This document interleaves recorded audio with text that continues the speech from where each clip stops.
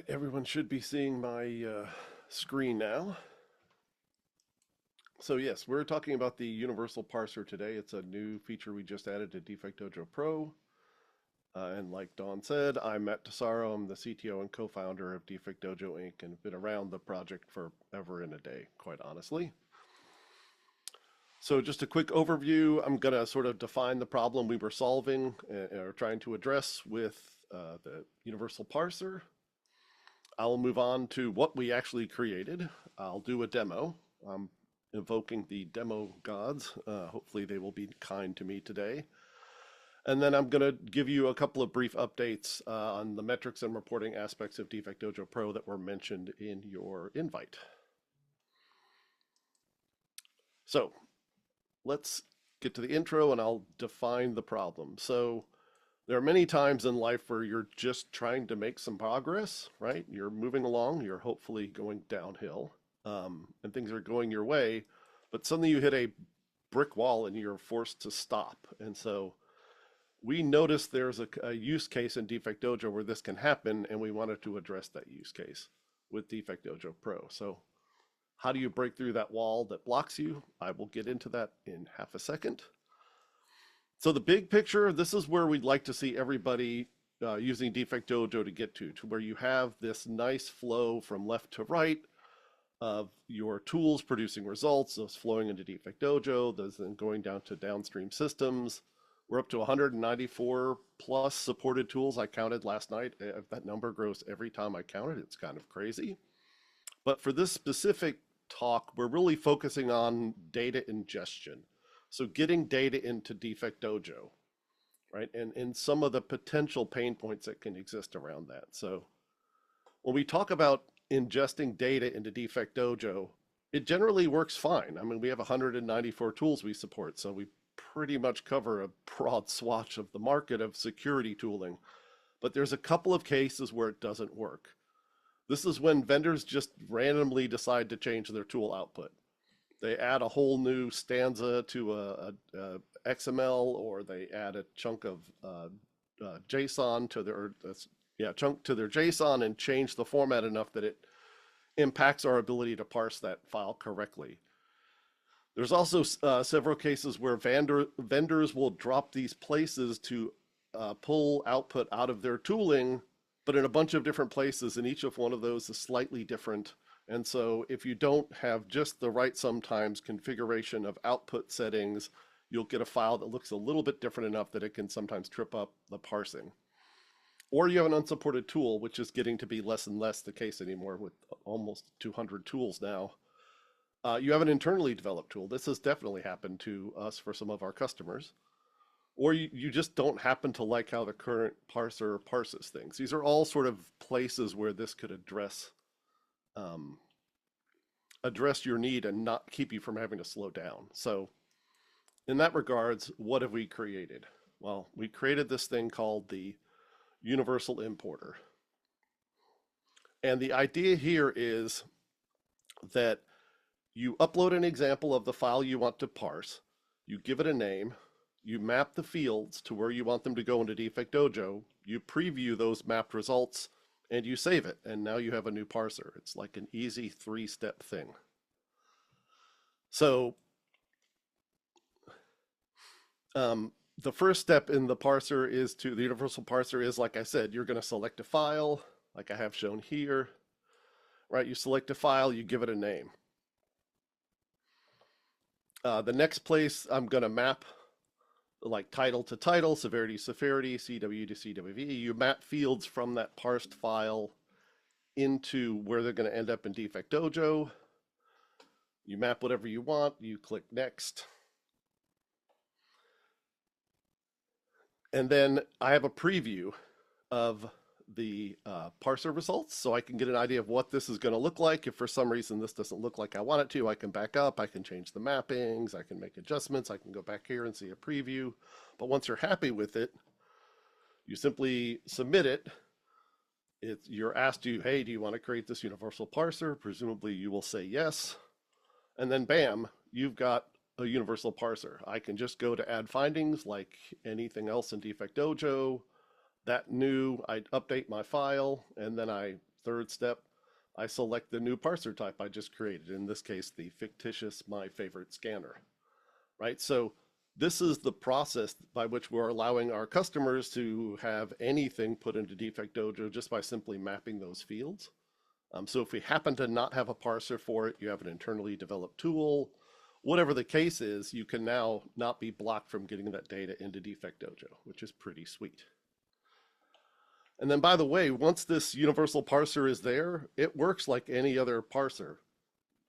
So in this case, if I want to do an API import or an API re-import, that's a valid parser to select when doing those API calls. So I'm not limited to just the UI. I can do this with the API. Pro also has the universal importer, which helps you with CI/CD and automation. This also works perfectly fine with this new universal importer that you just created. So the goal here was to make sure that you weren't blocked in getting data into DefectDojo because of either a vendor tool choice change or what have you. Oops, there we go. Oh, and yes, just in case anybody was afraid, we do have dark mode. Please don't be scared. We do support the dark side. For those who want to do dark or light, we're open to either. Okay, demo time. Here's where I get to invoke the demo gods, and hopefully you'll have a face like that while I'm doing this demo. Okay, so I'm logged into DefectDojo with this particular instance. This is a demo instance that's running locally for me. I've got some data in here. I've got a number of products. I've got some grades for those products. In this particular instance, I'm going to look at, you might notice a gaming theme here. Super Mario Brothers 2, which is our product that I'm using for this particular demo. I've already got a couple engagements and tests and about 500 some odd findings. If I scroll down here, you can see I've done a SEMGREP scan, a sneak scan, and a Trivy scan. I've got these finding results, so far so good.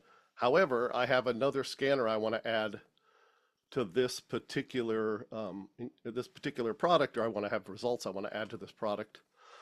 So I'm going to go to Add Findings. I'm going to choose my file. I'm going to search for that scan type. Now, when there isn't a Mario scanner, so I might be afraid that I'm kind of stuck here, but I'm not, because that's okay. I can go to the universal parser, which is temporarily linked up here. We'll move it to a better location when it's not in my local demo. But let me grab that file again. Let me call this the Mario scanner. And now I need to select the root node. So I want to pull the results out of this file. And in this case, I have a title field, so those match up nicely. And I also have, I believe, a severity field, which I do, which is great. And I need a description field because those are the 3 required ones. Well, I have 2, so I'm just going to include both of them so I get all of the description pulled in here. Let's see, I've got a CWE. I can map that. I had a unique ID from tool. Let me map that. I have some tags. Grab those, and I have some vulnerability IDs. There you go. So now I've mapped everything, and I know where it's going, and all this looks good to me. So I'm going to click Next. Here is that preview that I told you about. I can look and see how these things are going to come out. I can read the descriptions. Here's my description and detailed description. So it looks like everything's coming in like I want it to, which is cool. So I'm going to go down here and submit this guy. And yes, I do want to create a universal parser. So bam, I just created a universal parser. I can go back to Add Findings now, go grab that file that I wanted to add to my product. This is a Mario scanner. This was in the Wii product type. And Super Mario Brothers 2. I call this Mario Scan.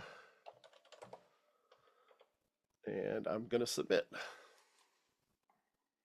And so now I have the import starting. I can go back to that product and we can check things out. And so I've got my 3 prior ones, as well as now this new Mario scan that we didn't have support for a minute ago, but now we do. If I drill into here, I can see that my findings, if I go into the test, my findings are all here. Everything came in, I got the CWEs, I got the tags, everything worked. So this is awesome. So a couple of minutes, bam, I've got data going into DefectDojo. And now from here on out, if I want to use an API call, or however I'm doing CI/CD, whatever, this is now a new target for ingestion for DefectDojo, which is pretty sweet. And so this is now looking good. I've got 4 engagements in here with 4 different scanner data coming in about this product, but there's an internal tool that we created that I also want to add. So let me go ahead and do that. And I can't imagine it's supported, right? Because it's an internal tool. So if I look for the spooky scanner, not surprisingly, it's not found. So let me go back here and I'll repeat that process of grabbing an output from the spooky scanner. And once again, I need to select where I want to pull those results out of that scan file. And I've got a title. And for severity, we don't have a severity, but I do have spooky factor, which was our silly way of using severity in this internally developed tool. For description, I once again have a 2-part description, and I know some tags, and I have some vulnerabilities. So I want to map those. So here's that preview again. I have the phantom mask psychological exploit. These are pretty awesome, right? Salient AI, enemy AI manipulation. Awesome. What a great finding. So let me submit this one. And I do want to create the parser. And now once again, I can go to add findings, and it's just another, another day at the office. I grab the spooky scan results. I select spooky here. And this is going into Wii. And Super Mario Brothers 2. Let's call this the spooky results. And let me submit it. And bam, I've got those results coming into DefectDojo. So now in a couple of minutes, I've done 2 different imports into DefectDojo, which is pretty sweet. I can go back to the product. I have 5 engagements now, which you can see down here, including my spooky results, which include the output from that spooky scanner. And here's all my findings. So it all just works. I mean, it's this super cool way to get around that roadblock of, I have an internal tool that doesn't happen to have a parser, and or I have a vendor who's changed their thing. Whatever the case may be, I'm now not blocked artificially from getting data into DefectDojo. And like I said, this could be API, this could be the universal importer. So by the way, these external tools are just here in DefectDojo now for all of our pro customers. You can go grab that universal importer if you are doing CI/CD work. And so that's my demo. I now have more juicy data in my metrics, which is pretty sweet. You'll see December was a rather busy month for some odd reason, since this is my local install. But that's the demo, and this stuff just works, which is pretty awesome. So going back here, the other update I had was on metrics and reporting, and this is just a quick kind of overview. We added program insights, remediation insights, and tool insights prior. We have recently added an additional executive insights, which gives you this dashboard that you're seeing here. The nice thing with this dashboard is that it allows me to filter the results of this dashboard either by time, by product type, by product. You can even have tags on products and filter by those. You can obviously clear and then export the results as a PDF as well, which is pretty sweet. So here's me doing some filtering. So in this case, I'm doing the last 30 days of the billing product type, and I'm selecting 2 specific products I want to get a report on. If I click export, it'll give me this pop-up window and say, hey, I'm exporting your report. It'll show up as a download, and then bam, I've got a PDF that mirrors the results that were just shown to you in DefectDojo, which is pretty awesome. And then after we did the executive insights, we also added the same features to the existing 3 insight dashboards. So I can do the same thing for the program insights, remediation insights, and tool insights as well. So all of those have the ability to do that filtering. And I actually have, if you give me half a second, a different instance with way more data. Let me stop sharing my screen for a second. Let me share a different screen that has more data. And we do have several questions on the universal parser when you get done with this. Okay, cool. Yeah, let me run through this quick demo and then I'll answer everybody's questions if that works. Thanks. So just to show you, this is a different instance that has far more data than my local instance. Here are those metrics pages, the different insights. The executive insight I mentioned, right, has these filters. I can do a date range. I have all the product types. I can select products once I've selected a product type, like that billing and, you know, budget and Apple, like I showed in that example. I can apply the filters, I can clear the filters. And then I have these, this is just summary information kind of at the executive level to get an idea of a sort of a broad overview of how your AppSec or DevSecOps or whatever you want a product security program is doing. We have active, mitigated, and accepted risk findings, active findings by severity, fixed findings by quarter, products tested yearly, and tests performed by quarter. Average time to remediation, this average active finding by severity. EPSS, just as an aside, DefectDojo will enhance any finding, DefectDojo Pro will enhance any finding that has a CVE that has a matching EPSS by adding that EPSS automatically for you if you're a Pro customer. And so these are those average EPS ratings by tool. Get an idea of which tools are giving you a good window into exploitability.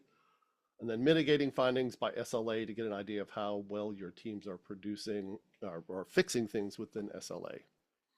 And then, like I said, those same insights and filterability exists in all the other insight graphs. We had a different office hours on this, but this is the same kind of thing where you have a whole bunch of different ways to present data to you across products and then across tools as well, just to get a better feel for what's going on with your product security program.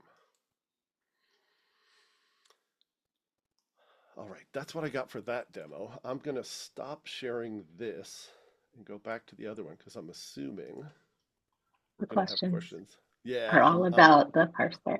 yeah, so I'm going to go back and share the screen that has that. Let me go back here. Okay. All right. Okay, so yeah, question time. Okay, first question. Which formats are supported? Only JSON? What about XML or CSV? Okay, perfect. In its current iteration that you saw today, it's JSON. We are currently adding CSV and XML. So all 3 of those will be supported.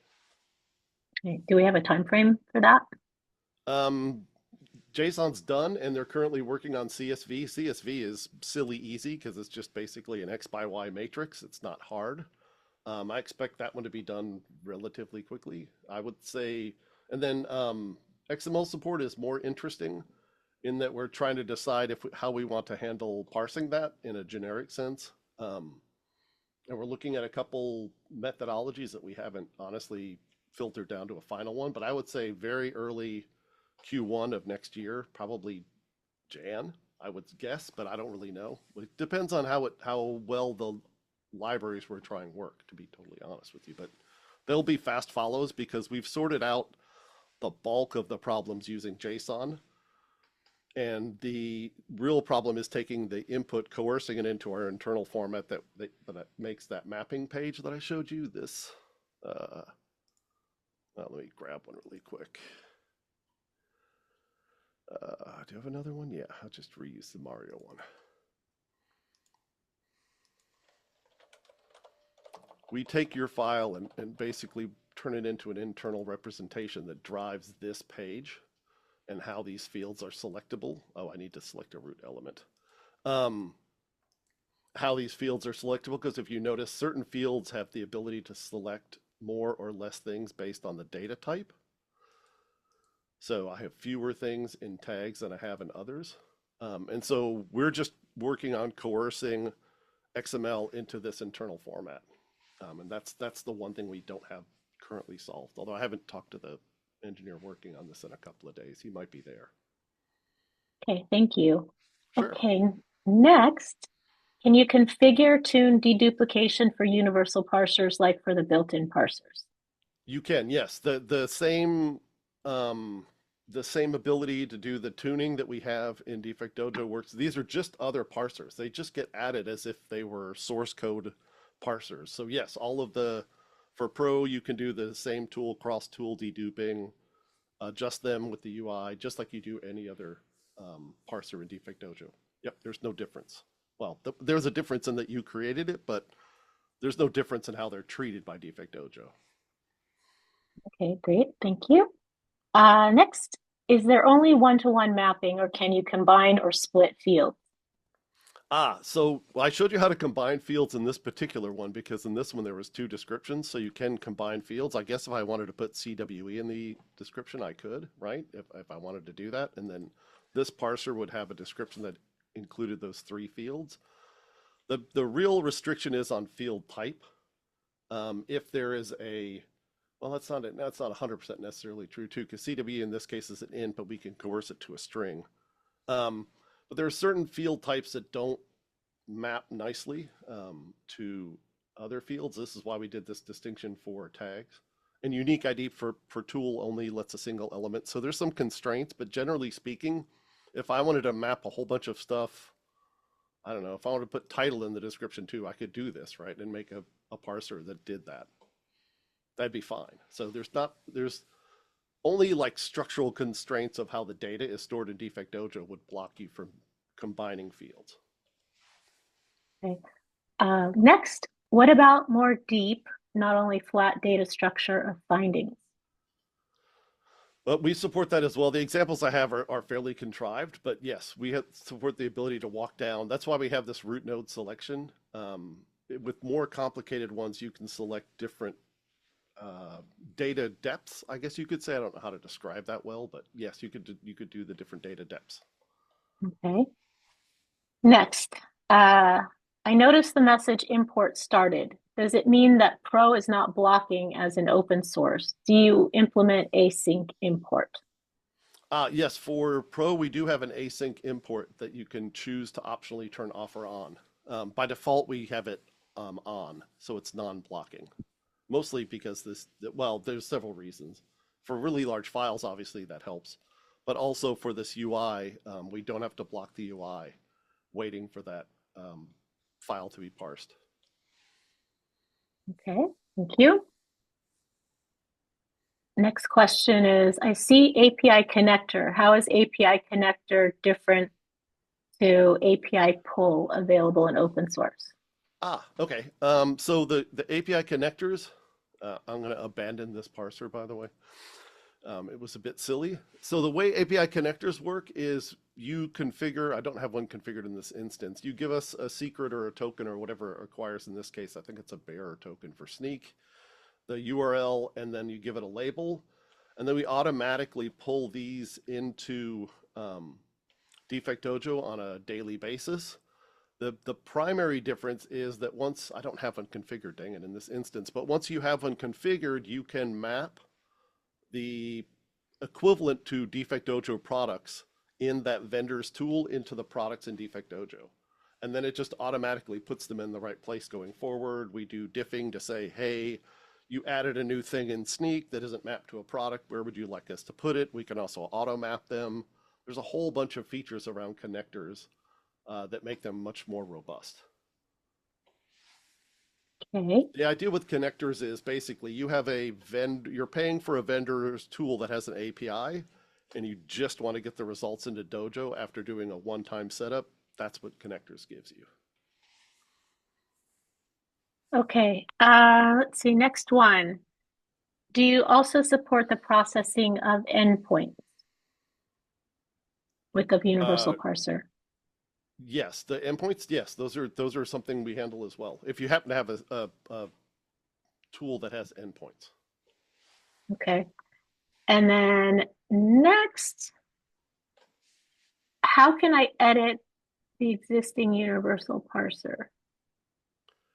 So the way that the editing of universal parsers works is you can, in essence, deactivate the current one and make a new one. The reason we did that was specifically because if you have done any deduping with the old one, we didn't want to negate that deduping that exists. That way we can leave you with the opportunity to create a new one and then decide to reconfigure those dedupe hashes for the new one or stay with the old one or do whatever you want to do. So it's mostly about flexibility. And there's some interesting edge cases you can get if you edit an existing parser. Does that mean you want to change the prior ones or not? And so making it maximally flexible it was better to have a user choose to create a new version of that parser, universal parser, versus going back and modifying the other one and then causing some ripple effects that you may not realize. Okay, thank you. And then the last question we have is not related to the parser. How That's does okay. the new UI for open source compare to what we see in Pro? The new UI for open source is still in progress, so I can't show you anything. We're still trying to find a decent toolkit. This is the new UI for Pro. If I open this in a new tab, you can see this is the Pro version of the existing UI. If you're familiar with open source, this should look more or less familiar. There's a few additional things that are in Pro with the current UI versus the new UI. But we still haven't found a good toolkit. We're doing that research. There's also a community member that had asked if they could do that work, and I'm kind of waiting on them to come back and give me their results from doing some looking at different libraries to use to replace our existing libraries. I think if I remember correctly, this is a bootstrap for the CSS and sort of look and feel. And then we're using the Django Jinja templates in the current UI. And also for open source, same one. Okay, thank you. Sure. Are there any other questions?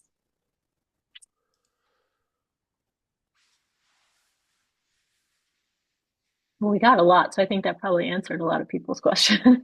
Yeah. Well, and unfortunately, like the universal parser is just easy. That's a It's good thing. yeah, no, it's like I know. When I was practicing for this demo, I was like, wow, I'm doing this in like 5 minutes of talking. So like, I'm almost glad I had the extra stuff about these metrics because Oh, it's it good to just be works. straightforward. Ah, Yeah. all right. Well, everybody gets 30 minutes back in their day. And always, if you have further questions, you can always email us and keep subscribing to our newsletter, which you can find on our community page on our website, just to get all the information about any upcoming sessions. And this is our last session of the year. So we will wish everyone a happy December break, and we will see you in the new year.